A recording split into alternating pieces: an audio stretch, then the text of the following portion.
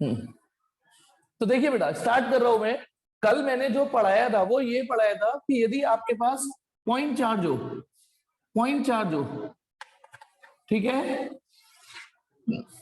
मतलब ऐसे समझो, नहीं है, फिर से खेल रहा हूं, फिर से।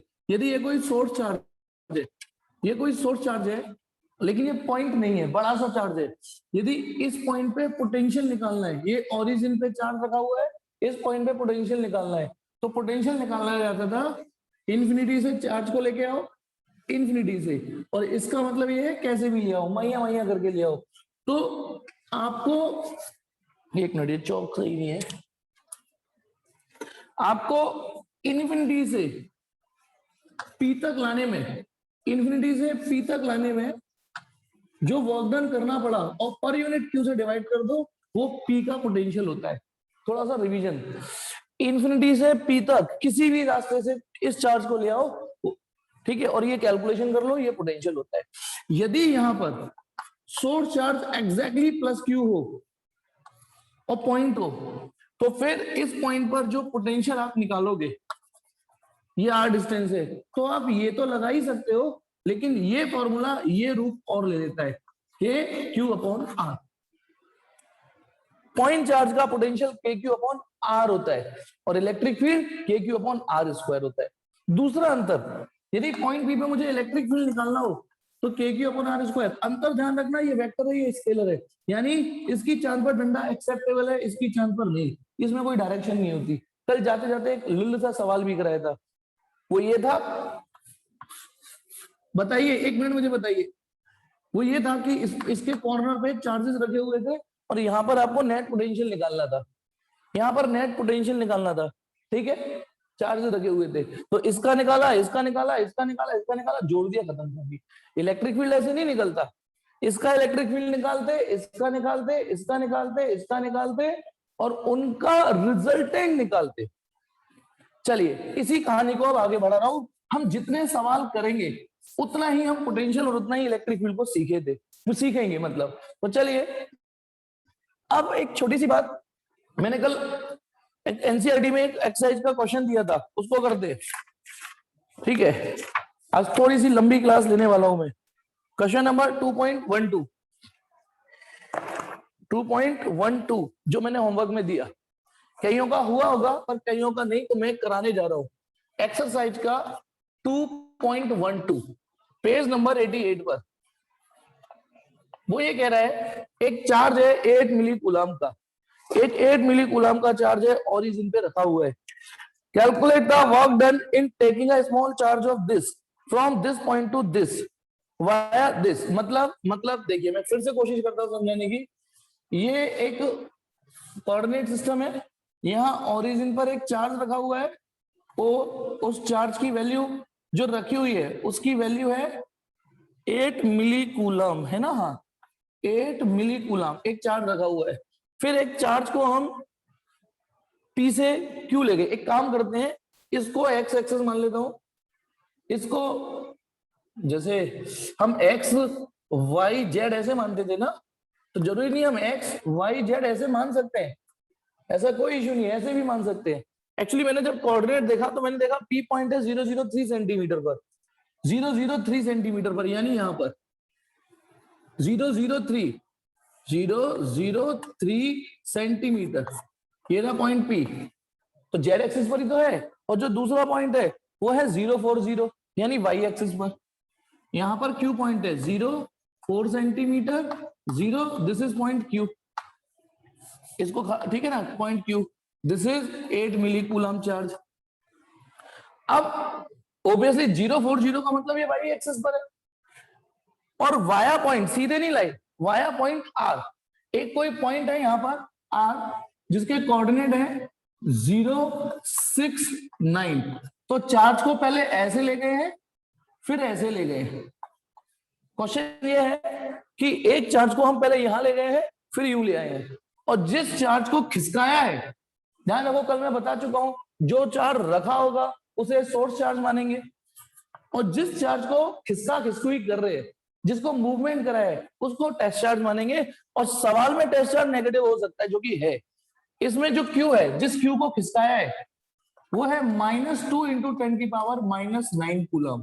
जिस चार्ज को हमने खिसकाया है वो है -2 इंटू 10⁻⁻9 कूलम। तो सवाल यह है कि एक चार्ज यहां पर है प्लस का, ये इस चार्ज को, ये जो नेगेटिव चार्ज है नेगेटिव, इसको यूं खिसका के यूं लाए, कितना वर्क डन करना पड़ा होगा। अच्छा सोच के देखो, नेगेटिव चार्ज यदि यहां रखा हो तो उसको वहां खिसकाने में दम तो लगेगी, लगेगी कि नहीं लगेगी, क्योंकि पॉजिटिव चार्ज की अट्रैक्टिव फोर्स से बना होगा। उसको यूं खिसकाओगे, वर्क तो करना पड़ेगा। लेकिन एक अच्छी बात जो हमने कल सीखी, हमको भले ही वर्क डन फ्रॉम, हमको भले ही वो पी से आर, पी से आर और फिर आर से क्यू आया है, वर्क डन पी से आर और आर से क्यू आया है, लेकिन ये होगा वर्क डन बराबर पी से क्यू की, क्योंकि ये जो वर्क डन है ये कंजर्वेटिव फील्ड के अंदर है, वो पाथ पे डिपेंड करता ही नहीं है, सिर्फ इनिशियल और फाइनल पॉइंट पे डिपेंड करता है। सिर्फ इनिशियल, भले ही आप किसी भी रास्ते से आए हो, यूं घुमा के माही आए हो, आपका वर्क डन पाथ पे डिपेंड करेगा ही नहीं, यानी आपको केवल इनिशियल और फाइनल पॉइंट पे डिपेंड, यानी ये आपको निकालना है। इन शॉर्ट ये जो आर का पॉइंट था वो सिर्फ आपको कंफ्यूज करने के लिए था, ठीक है। ये तो आपको निकालना work done from p to q है। अब सॉल्यूशन देखेंगे। मैंने कल ऐसी कौन, कल नहीं परसों से पढ़ा रहा हूं ये वाला टॉपिक, ऐसी कौन सी फिजिक्स पढ़ाई है जिसमें ये आ जाए। तो हम सब जानते हैं work done from p to q per unit test charge v q minus v p होता है, याद है नहीं याद। Work done from p to q per unit test charge equal to v q minus v p. यहाँ जो लेटर होते हैं यहाँ का उल्टा होता है, यदि यहाँ पी क्यू है तो पहले क्यू का पोटेंशियल माइनस पी का पोटेंशियल, ठीक है। अब आप बताइए, सोचिए बेटा, क्यू पर पोटेंशियल है या नहीं है। क्यू पर पोटेंशियल है, इसका प्रभाव है, क्यू पर इसका पोटेंशियल है। अच्छा पोटेंशियल सोर्स चार्ज का होता है, बिल्कुल। तो बताइए work done from p to q upon q equal to, बताइए क्यू पर कितना पोटेंशियल है, के क्यू। और ये कमाल की बात है, पॉइंट चार्ज है, तो पॉइंट चार्ज का पोटेंशियल इसकी वजह से यहाँ पे के क्यू अपॉन आर लग जाएगा, के क्यू अपॉन आर, जो भी ये डिस्टेंस है, जो भी ये डिस्टेंस है O Q, k q upon are, या सिंपली आर लिख दूं, ठीक है। और माइनस, अब इसकी वजह से पॉइंट पी पे भी पोटेंशियल होगा के क्यू अपॉन आर डैश, क्योंकि वो डिस्टेंस कुछ और है। तो आगे देखिए, तो इसको मैं वहां ले जाऊं तो work done from p to q हो जाएगा, work done from p to q k q q 1 upon r. सोच के देखो, अब तो कुछ बचा नहीं इस सवाल में, के क्यू बाहर ले लिया, ये क्यू वहां पहुंच गया, 1 upon r minus 1 upon r dash. तो होता है के की value 9 into 10 to the power 9, capital q की value 8 milli coulomb 10 to the power -3, small q. अब बताइए यहां चार्ज का साइन लूंगा या नहीं लूंगा, यहां माइनस लेना चाहिए नहीं लेना चाहिए, -2 इंटू, क्योंकि ये बड़ी कलेश है बच्चों को, ये माइनस क्यू लेना है या नहीं लेना, कि हाँ कन्हैया ठीक बोल रहा है जी, हाँ लेना है, लेना है साइन। फिर से सुन लो, अब हम स्केलर क्वांटिटीज पे आ चुके हैं, potential work done potential energy. इस चैप्टर में चार्ज जिस साइन का है उसी साइन का लेना पड़ेगा। इस चैप्टर से पहले हमने वेक्टर क्वांटिटीज पढ़ी थी, फोर्स और इलेक्ट्रिक फील्ड, और वहां जो फॉर्मूले होते थे वहां वेक्टर क्वांटिटी के मैग्नीट्यूड तो कभी नेगेटिव नहीं होते, इसलिए वहां चार्ज का साइन नहीं लेंगे, वहां चार्ज का साइन नहीं लेते, लेकिन यहां लेना पड़ेगा। चार्ज नेगेटिव है तो नेगेटिव, और कल एक डायलॉग बोला था, नेगेटिव चार्ज का नेगेटिव पोटेंशियल, पॉजिटिव चार्ज का पॉजिटिव पोटेंशियल, तो ये नेगेटिव, ये वाला जो साइन है वो आएगा नेगेटिव। ये अब बताइए 1 अपॉन आर, आर कितना है देख के बताइए, आर कितना, आर कितना है बेटा। मेरे वीडियो में कोई इश्यू आ रही है क्या, वीडियो में कोई इश्यू आ रही है, नहीं आ रही, हाँ। तो आर है 4, 4 क्या सेंटीमीटर, भाई आर क्या था, क्यू, देखो एक बार सुनो, क्यू का पोटेंशियल, क्यू का पोटेंशियल, क्यू पर सॉरी, क्यू पर पोटेंशियल, सॉरी क्यू पर potential, k q upon are, तो ये डिस्टेंस 4 सेंटीमीटर है ना, तो 1 अपॉन 4, क्योंकि सेंटीमीटर है तो हैंड टू हैंड -2, फिर वही इसकी वजह से ये डिस्टेंस 3 सेंटीमीटर, 3 इंटू 10 की पावर -2। इसको सॉल्व कर लीजिए, ये काम मेरा नहीं है, ये काम मेरा नहीं है, ये आपका आंसर आ जाएगा। स्क्रीनशॉट ले लीजिए, स्क्रीनशॉट लीजिए, मैं हट रहा हूं सामने, टिक टिक 1 2 3 4। अमन कह रहा है ये 1.2 जूल आ रहा है, मैं इसकी बात मान के लिख देता हूं आंसर, बाकी आप कंफर्म कर लेना, ठीक है। चलिए, इसमें दो चीजें आपकी यूज हुई, एक कि ये वर्क डन पाथ पे डिपेंड नहीं करेगा, दूसरा पॉइंट चार्ज ही था तो पॉइंट चार्ज के पोटेंशियल का फॉर्मूला रखा। आइए एक और क्वेश्चन खेलते हैं, एक और खेलते हैं, सीखते चलो। पॉइंट चार्ज, अच्छा मैं एक अपनी तरफ से एक एग्जांपल देता हूं, अपनी तरफ से बताइए, ये प्लस क्यू है और ये प्लस क्यू है और ये मिड पॉइंट है ए बी, सुनिएगा ये मिड पॉइंट है, तो यानी यदि ये डिस्टेंस आर है तो ये भी डिस्टेंस आर हो गई। अब यदि मैं एट एम, पहली चीज इसमें एक सवाल कर रहा हूं, सवाल यह है एट एम पोटेंशियल कितना होगा और एट एम इलेक्ट्रिक फील्ड कितना होगा, ये क्वेश्चन है मेरा। ये मैंने खुद बना दिया ना, ये शीट का ना एनसीईआरटी का है, केवल आपकी प्रैक्टिस के लिए एक चीज क्वेश्चन जोड़ दिया कि यदि मैं आपसे कहता हूं एट एम पर पोटेंशियल निकालो, एक क्वेश्चन ये रहा, और एक एम पर ई निकालो। अच्छा जब हम वी और ई बोलते हैं तो वो नेट ही होता है कि भैया नेट खुशबू या नेट, तो देखिए अक्षत ने बिल्कुल ठीक आंसर दे भी दिया। तो चलिए सॉल्यूशन, सबसे पहले यदि आप एट एम वी नेट निकालोगे, वी नेट ही होता है, यदि मैं खाली वी लिखूं तो वो वी नेट ही है, तो भैया potential due to a plus potential due to b, ये आएगा कि ए का कितना पोटेंशियल है और बी का कितना है। तो बताइए ए का पोटेंशियल, इसकी वजह से यहां पोटेंशियल कितना है, के क्यू अपॉन आर, इसकी वजह से यहां पोटेंशियल कितना है, के क्यू अपॉन आर। ये पोटेंशियल की खूबी होती है, निकालो जोड़ो खत्म कहानी, 2 के क्यू अपॉन आर, और कोई डायरेक्शन नहीं, कोई कुछ नहीं। तो एट एम जो नेट पोटेंशियल आया वो ये आया। लेकिन इसी में यदि मैं एट एम ई नेट पूछूं, क्या लगता है कितना आएगा आंसर, जल्दी बोलो, मैं दोबारा से टाइप करूं। कन्हैया ठीक, दीपक ठीक, निकुंज ठीक, वेदर भी ठीक, जल्दी से टाइप करके बताओ। तौशिफ, अच्छा तौशिफ 2 बार, हाँ ठीक आंसर है। प्रियांशु, बाशने ठीक, अच्छा ठीक, जल्दी टाइप करो। दिव्या, चलो काफी लोग जानते हैं, कृति ठीक, बस अब मत टाइप करना। बिल्कुल ठीक जवाब दिया इन लोगों ने, ई नेट 0 आएगा। क्यों ई नेट 0 क्यों हो गया, क्योंकि इलेक्ट्रिक फील्ड में, सुनिए ई नेट, देखना ये लाइन मैंने सही लिखी है, नहीं लिखी, ऐसे नहीं जुड़ता, ऐसे जुड़ता है इलेक्ट्रिक फील्ड, जिसका मतलब होता है जोड़ो मगर डायरेक्शन को ध्यान में रख के रिजल्टेंट। तो जब आप इसको सॉल्व करोगे, जब इसको सॉल्व करोगे, ठीक है, तो ये नल वेक्टर आएगा। वो सॉल्व करना आप जानते हो, वो मैं नहीं बता रहा, नल वेक्टर आएगा, वो मैं बता चुका हूं। अगला क्वेश्चन, अगला एग्जाम्पल इसी में देखेंगे बेटा। कायदे से मुझे ये कल करा देना चाहिए था, क्योंकि सपोज करो ये प्लस क्यू है, ये मिड पॉइंट है, ये बी पॉइंट है, ये डिस्टेंस भी आर है, ये डिस्टेंस भी आर है, ठीक है ना, ये रहा पॉइंट, और यहां पे माइनस क्यू चार्ज है, मतलब एक क्यू एक माइनस क्यू।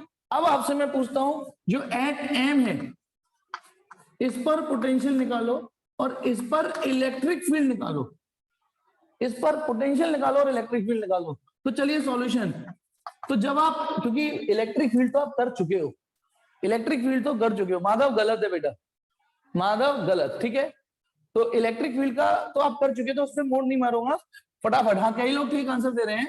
पहला, यदि आप एट एम वी निकालोगे, एट एम वी, अच्छा वी का मतलब वी नेट, वी का मतलब वी नेट, तो potential due to a plus potential due to b, यही तो होगा। अब ए का पोटेंशियल, इसका पोटेंशियल यहां पर कितना होगा, के क्यू अपॉन आर, और इसका पोटेंशियल यहां कितना होगा। ये चीजें याद रखिए बेटा प्लीज, आप ये चीजें याद रखिए कि पॉजिटिव चार्ज का पॉजिटिव पोटेंशियल, नेगेटिव चार्ज का नेगेटिव पोटेंशियल। पोटेंशियल का जब आप भी एक्सप्रेशन यूज करोगे तो चार्ज जैसा होगा वैसा लेना पड़ेगा, चाहे सोर्स चार्ज चाहे टेस्ट चार्ज, कैसा भी जैसा होगा वो। तो ये आ गया 0, यानी एट एम पोटेंशियल 0 आ गया, इस पॉइंट पर पोटेंशियल 0 है। पोटेंशियल 0 है मतलब यदि आप यहाँ पे किसी टेस्ट चार्ज को रखोगे तो उसमें कोई पोटेंशियल एनर्जी भी नहीं होगी। बेटा मैं पोटेंशियल एनर्जी वर्ड इसलिए ले रहा हूं कि भूल ना जाओ आप उसे, क्योंकि पोटेंशियल एनर्जी के भाव ही होते हैं। भिंडी 50 रुपए और एक भिंडी 15 रुपए किलो, तो ये 15 रुपए किलो का तरीका है ये, क्योंकि इसकी यूनिट क्या होती है, जूल पर कूलम, जूल पर कूलम। यदि ये 0 है ये जीरो है, तो यहाँ पर यदि किसी भी टेस्ट चार्ज की पोटेंशियल एनर्जी इस पॉइंट पर जीरो होगी। अब यदि यहाँ पर मैं इलेक्ट्रिक फील्ड निकालू एट एम ई निकालो, तो बेटा आपने नोट्स पलटना, ये सवाल आप इलेक्ट्रिक फील्ड में कर चुके हो। अब इसका इलेक्ट्रिक फील्ड इधर होगा, इसका भी इधर होगा, दोनों इलेक्ट्रिक फील्ड सेम डायरेक्शन में होंगे, जुड़ जाएंगे, ठीक है। तो जब आप इसे निकालोगे तो ये E1 plus E2 2KQ upon R square आएगा। अब चाहे आपके लाख सवालों की ये मुझे बता दो, मैं नहीं बताने वाला, क्योंकि मैं बता चुका हूं यार, हमें सिलेबस भी तो आगे बढ़ाना है यार। इस यदि आप सुनिए इलेक्ट्रिक फील्ड का ये सवाल नहीं कर सकते तो मैं सीरियसली बोल रहा हूं, अगली इंस्टॉलमेंट मुझे देना मत, अगली इंस्टॉलमेंट मत देना मुझे, यदि आप ये इलेक्ट्रिक फील्ड का सवाल नहीं कर सकते तो, क्योंकि आप अपने साथ और मेरे साथ दोनों के साथ नाइंसाफी कर रहे हो यदि आप ये इलेक्ट्रिक फील्ड का सवाल नहीं कर सकते तो। इस पॉइंट पर इलेक्ट्रिक फील्ड इसका भी उधर होगा, इसका भी उधर होगा, दोनों जुड़ जाएंगे। तो बस आप अब इस पता है इस सवाल से हमें क्या शिक्षा मिली, स्क्रीनशॉट तो आप ले लेना, अभी रुक जाइए। इससे यह शिक्षा मिली कि यदि ई और वी, फिलहाल हम अपनी इंटेंशन ई और वी पे समेट लें कि हम ई और वी डिस्कस करेंगे, तो एक का जीरो होना दूसरे के जीरो होने की गारंटी नहीं है। मतलब यहां पर समरी ये लिखूं, दैट इज हियर, इधर देखिए, that is here we zero नहीं है बट ई जीरो है। इस वाले सवाल में पोटेंशियल जीरो नहीं आया, ई जीरो आया, दैट इज हियर। और इस वाले सवाल में पोटेंशियल जीरो आया बट ई जीरो नहीं आया। तो पता है मैं इस एग्जांपल से एक चीज और दिमाग में क्या डालने वाला हूं, स्केलर वेक्टर का तो अंतर, और चीज एक का जीरो होना दूसरे के जीरो होने की कभी गारंटी नहीं होगा। कभी ये सेंटीमेंट्स मत बना लेना, अरे पोटेंशियल तो जीरो आया, इलेक्ट्रिक फील्ड भी जीरो होगा ना, एक का जीरो आता है और इलेक्ट्रिक पोटेंशियल में आर आता है, ठीक। अब आ जाइए, एक और सवाल देता हूं इसी रिदम का ही तीसरा एग्जाम्पल, एग्जाम्पल 3, एक्चुअली तीसरा चौथा। अब देखिए, यदि मैं आपके सामने ये स्क्वायर लूं और ये सभी plus Q plus Q plus Q plus Q square है बेटा, है ना, ऑफ साइड ए, ये भी बना दिए, ए और ए लिख के ये बता दिया कि स्क्वायर है।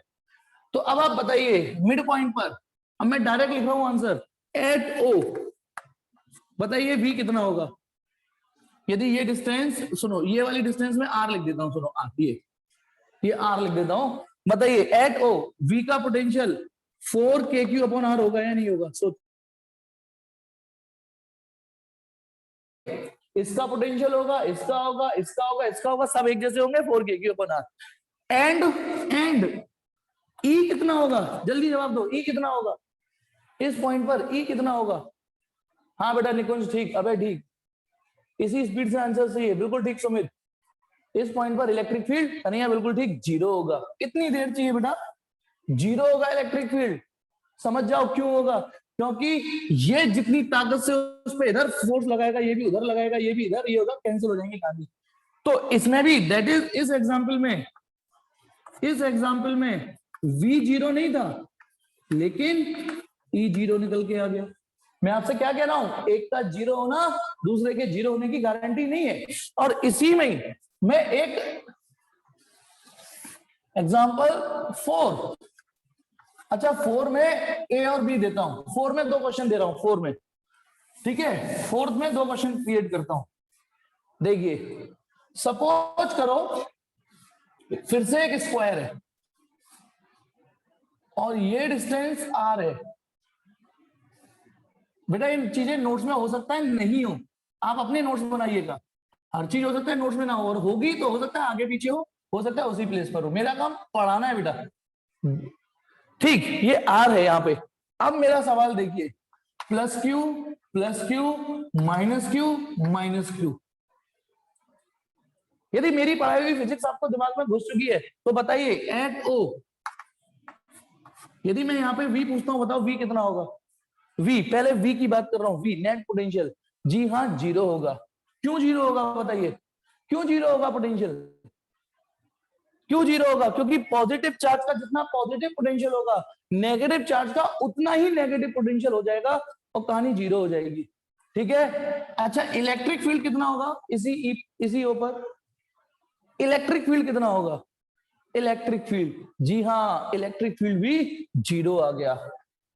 तो मैं आपसे इतनी देर से क्या बकर बकर कर रहा हूं?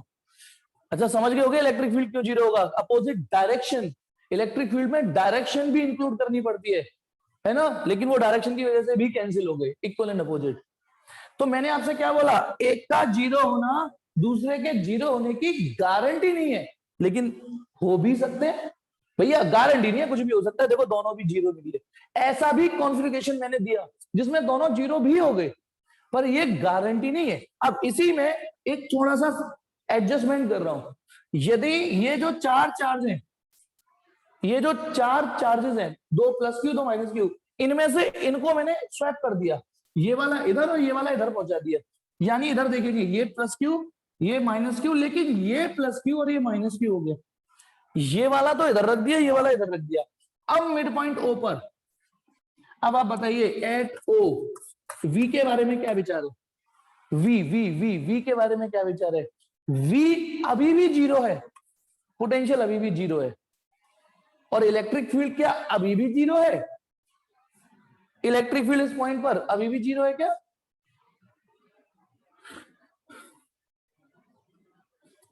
हाँ, है ना? इलेक्ट्रिक फील्ड नहीं, अभी भी इलेक्ट्रिक फील्ड इस बार 0 नहीं है, इलेक्ट्रिक फील्ड 0 नहीं है। क्योंकि अब देखिए, मैं यहां थोड़ी मदद कर देता हूं, इसका इलेक्ट्रिक फील्ड इधर होगा, इसका भी इधर होगा, तो ये इसका इधर होगा, यानी 2 इलेक्ट्रिक फील्ड इधर है, 2 इलेक्ट्रिक फील्ड इधर है, 2 इलेक्ट्रिक फील्ड इधर है, 2 इधर है। अब इन दोनों को ऐड कर लेना, इन दोनों को ऐड कर लेना, फिर उनका रिजल्टेंट निकाल लेना। आया समझ में? This is resultant electric field, E इधर आएगा, ये जो ई आएगा वो इधर आएगा, ठीक है? ई वो अपने आप कर लेना, वो आपका काम है, सिंपल काम है ये। तो बताइए, इतनी देर से जो मैंने क्लास ली है अभी तक, सर का जो पर्पस है, उद्देश्य है, वो ये है दिमाग में डालना। आप बस हाँ या ना करना, समझ में आया कि नहीं, कि एक का 0 होना दूसरे के 0 होने की गारंटी नहीं होगा। समझ में आया या नहीं आया? आ गया ना? स्क्रीनशॉट लीजिए बेटा, इसका भी स्क्रीनशॉट ले लीजिए। टिक टिक 1 2 3 4 5। अब आ जाइए, एक और चीज बताता हूं, वो तो है नोट्स में आपके, ठीक है? बस आप सुनिए ढंग से।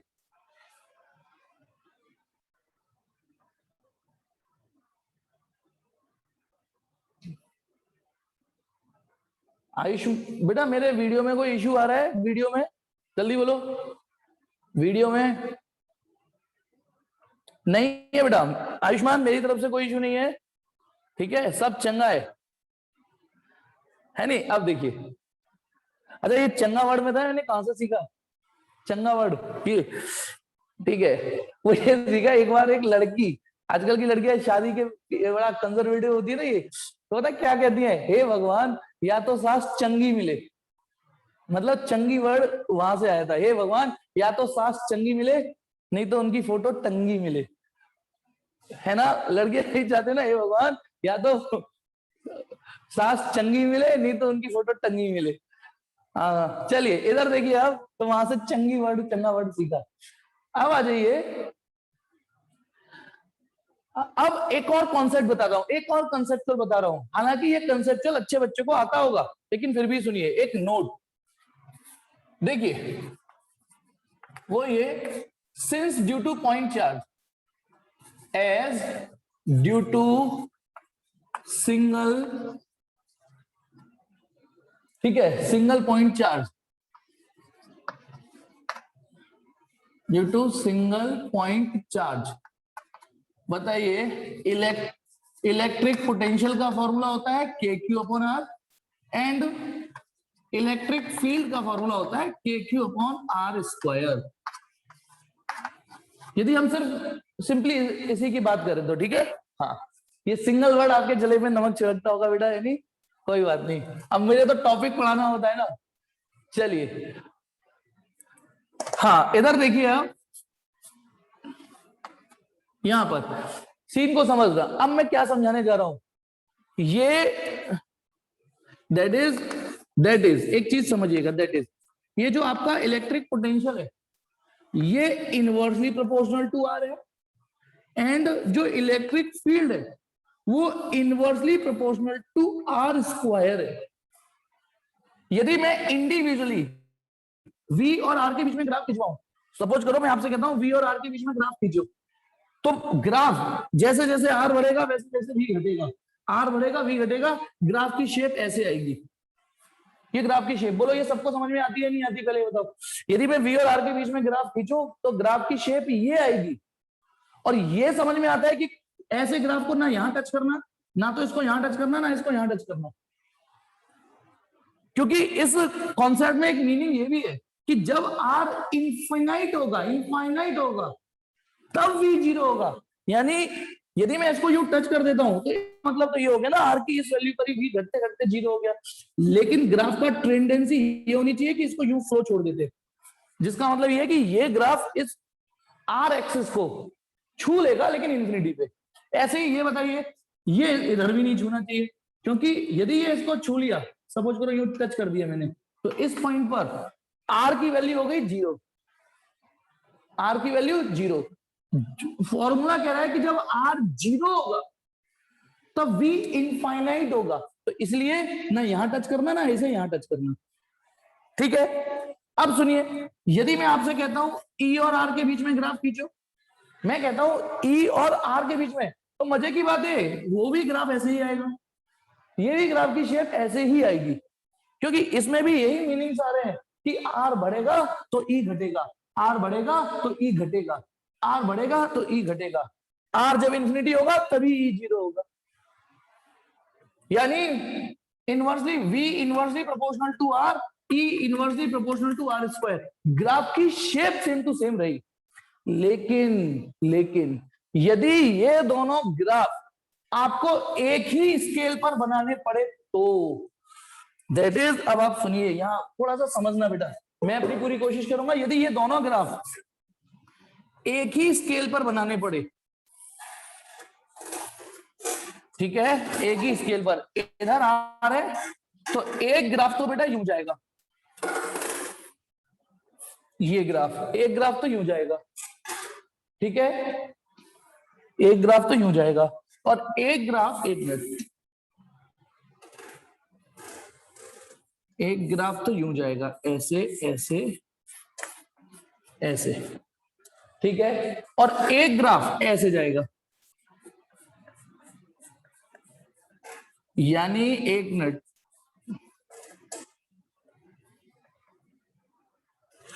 देखिए एक ग्राफ ऐसे जाएगा, एक मैंने सॉलिड लाइन से खींचा है और एक डॉटेड लाइन से खींचा है, एक सॉलिड लाइन का ग्राफ खींचा है और एक डॉटेड लाइन का खींचा है। डॉटेड शायद दिख नहीं रहा, कम दिख रहा है, एक बार दोबारा,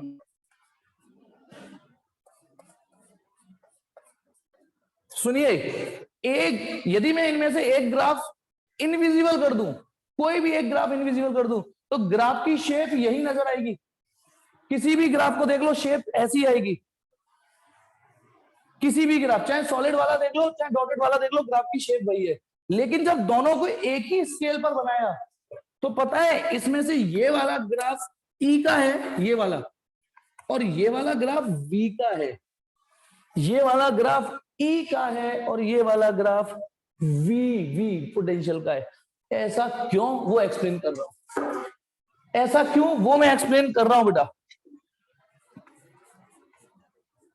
तो ये देखिए, मैंने ये बोला कि इंडिविजुअली यदि ग्राफ बनाओगे V और R के बीच में, तो कोई अंतर नहीं दिख पाएगा, कोई अंतर नहीं। लेकिन जब आप उनको एक ही स्केल पर बनाओगे, तो इनमें से दोनों की ग्राफ की शेप तो एक सी है, शेप आप देख लो बेटा, शेप एक सी है दोनों की ग्राफ, लेकिन एक ग्राफ, ये वाला जो ग्राफ है ऐसे जो जा रहा है सॉलिड लाइन वाला, मेरे पे यदि अलग मार्क कलर होते और जो आपको इजीली विजिबल होते कलर, ऐसे तो है मेरे पास अलग कलर की चौक, पर वो इजीली विजिबल नहीं होती यहाँ पे, तो मैं अलग कलर भी यूज कर सकता था। आपको हिंट दे रहा हूँ, आप अलग अलग कलर यूज कर सकते हो। मैंने सॉलिड और डॉट करके अंतर किया। तो अब आपको बताता हूँ कि ऐसा ग्राफ क्यों, इसका एक्सप्लेनेशन सुनेंगे आप।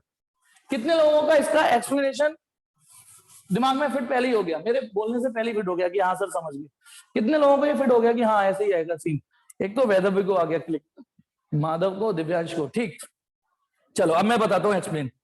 अच्छा बताइए, और मैं और हिंट देता हूं, ये जो पॉइंट है जहां ये दोनों ग्राफ इंटरसेक्ट किए, जिन्होंने इंटरसेक्ट किए, ये डिस्टेंस है r इक्वल टू 1, ये डिस्टेंस है r इक्वल टू 1। इसका मतलब इस पॉइंट के इधर वाली जो डिस्टेंसेस होंगी वो 1 से कम होंगी, इधर r 1 से कम होगा और इधर r 1 से ज्यादा होगा। अब मैं आपको बताता हूं, इसको एक्सप्लेन करने जा रहा हूं, ठीक है ना। कुछ को ये खुद ही आ गया समझ में, वो अपनी पीठ खुद थपथपा सकते हैं, लेकिन अब सुनिए, जहां ये इंटरसेक्ट कर रहे हैं तो एक रफ एक्सप्लेनेशन देखेंगे और रफली ही समझ पाओगे। रफ एक्सप्लेनेशन, सबसे पहले when r equal to 1, when r equal to 1, जब r की वैल्यू 1 होगी, when r equal to 1, then from first and second, ठीक है। बताइए r की वैल्यू 1 रखिए, v कितना आएगा? v आएगा k q अपॉन r, और r है 1, एंड e कितना आएगा? k q upon r square, k q upon 1 का स्क्वायर, भाई k q अपॉन 1, और e आएगा k q अपॉन 1 का स्क्वायर, दैट इज e और v बराबर आए या नहीं आए? दोनों का फॉर्मूला वाली r स्क्वायर का है, लेकिन आप यानी 1 एक ऐसी डिस्टेंस है, 1 एक ऐसी डिस्टेंस है जहां पर e और v की वैल्यू बराबर आएगी। तो यानी ये वो पॉइंट है जहां पर e, देखो इस पॉइंट पर e, और मैं आपसे कहूं e की वैल्यू बताओ सर, ये रही, मैं कहूंगा v की वैल्यू बताओ सर, ये रही, तो e और v की वैल्यू बराबर आई। दूसरा, मान लो इफ r ग्रेटर देन 1 हो, यानी r greater than 1, r greater than 1 यानी इस पॉइंट के इधर, भाई इधर ही तो r ग्रेटर देन 1 से r इक्वल टू 2 ले लिया मैंने, सपोज करो r इक्वल टू 2 ले लिया, देन फ्रॉम 1 एंड 2, एक एग्जाम, फ्रॉम 1 एंड 2 बताओ v कितना आएगा? के क्यू अपॉन 2, भाई के क्यू अपॉन आर यानी के क्यू अपॉन 2, एंड ई कितना आएगा? के क्यू अपॉन 2 का स्क्वायर यानी 4। अब आप ये बताइए, दोनों के न्यूमरेटर एक जैसे हैं, के क्यू, लेकिन ये 2 से डिवाइड 4 से डिवाइड आ रहा है, दैट इज ई की वैल्यू ज्यादा आ रही है, वी की वैल्यू ज्यादा आ रही है, कौन बड़ा आ रहा है? यानी दैट इज वी ई से बड़ा आ रहा है, वी ई से बड़ा आ रहा है, या ऐसे बोल दो ई वी से छोटा आ रहा है। तो गौर से देखिए बेटा, r इक्वल टू 1, ये जो है ना, ये इधर 1 से इधर यानी कोई भी, तो बता ना, यदि मैं, ये तो v का ग्राफ है, देखो ये, सॉरी ये e का ग्राफ है, सॉलिड वाला ये e का ग्राफ है, और इसके ऊपर v का ग्राफ है, यानी e का ग्राफ नीचे है और v का ग्राफ ऊपर है। पता है ग्राफ यही तो बता रहा है कि इस पॉइंट के इधर e नीचे रहेगा और v ऊपर रहेगा। डॉटेड वाला मैं दोबारा लिख देता हूं, ये v का ग्राफ है यहां पर, और ये e का ग्राफ है, दोबारा लिख दिया मैंने, उधर भी लिख रहा है उधर भी लिख रहा है, क्योंकि वहां गौर से देखिए, यहां से यदि r 1 से बड़ा है, r यदि 1 से बड़ा है, तो हमने ये फील कर लिया कि साला v बड़ा आएगा और e छोटा आएगा। तो बोलो, ग्राफ में जैसी पॉइंट 1 को क्रॉस किया, e नीचे हो गया, v ऊपर रहा, क्योंकि बेटा v तो r टाइम्स घटेगा और e r स्क्वायर टाइम्स घटेगा। आपने डायपोल का एक क्वेश्चन एग्जाम में अभी जो दिया था कि यदि डिस्टेंस हाफ कर दे तो आपने फटाफट जवाब देना, 8 टाइम्स बढ़ जाएगा वही, ठीक है। तो पहले बताइए ये बात, ये पॉइंट और इधर का ग्राफ समझ में आ गया है नहीं आ गया? ये पॉइंट और इसके इधर का ग्राफ समझ में आ गया है नहीं आ गया? जल्दी बोलो सब लोग कि E नीचे है और V ऊपर है, क्योंकि E V से कम आ चुका है, ठीक है। और एक लास्ट C, तीसरी बात, इस पॉइंट के इधर भी तो हमें डिस्कस करना है, वो ये, यदि आपका R लेस देन 1 हुआ, R लेस देन 1 हुआ, क्योंकि इस पॉइंट के इधर R लेस देन 1 है, कोई रैंडम वैल्यू ले लो, से r equal to half metre, 0.5 metre, 0.5 metre, then from 1 and 2, then from 1 and 2, बताइए v कितना होगा? के क्यू अपॉन हाफ, यानी 2kq, है ना? और एंड e कितना होगा? के क्यू अपॉन आर स्क्वायर, के क्यू अपॉन आर स्क्वायर, यानी 4kq होगा। समझे कुछ? That is now E is greater than V। वो 2kq है, ये 4kq है। अब E बड़ा है, यानी इस पॉइंट के इधर आप देखिए ग्राफ में ऊपर कौन है, E है या V है? ग्राफ में कौन ऊपर चल रहा है? ग्राफ में E ऊपर चल रहा है। ये था बेटा इस ग्राफ का एक्सप्लेनेशन। आपके नो डाउट नोट्स में भी होगा, नोट्स में भी होगा। आपके एनसीईआरटी में दिखाता हूं बेटा, ये रहा वो ग्राफ। ये पेज नंबर 55 पर है, पेज नंबर 55 पर ये ग्राफ दिख रहा है आपको। ये ग्राफ E और V का ग्राफ, इसका स्क्रीनशॉट ले लीजिए। हाँ 55 स्क्रीनशॉट लीजिए बेटा इसका। टिक टिक 1 2 3 4 5। हाँ अब बताइए, ये मीटिंग जाने वाली है? हाँ जाने वाली है। जल्दी से टाइप करके बता दो, समझ में आ गया ना ये ग्राफ? जल्दी से जल्दी टाइप कर दो। अब मीटिंग, दोनों ग्राफ सिमेट्रिक है बेटा, दोनों ग्राफ सिमेट्रिक है। क्या मुझे वैसे लैंग्वेज समझ में नहीं आई तेरी? ठीक है, तो ये मीटिंग जाने वाली है। जब तक आप मेरे को मोटिवेट करके ये बोल दो हाँ आ गया समझ में, यस सर आ गया।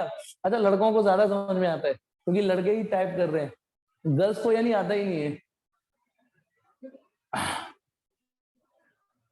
गर्ल्स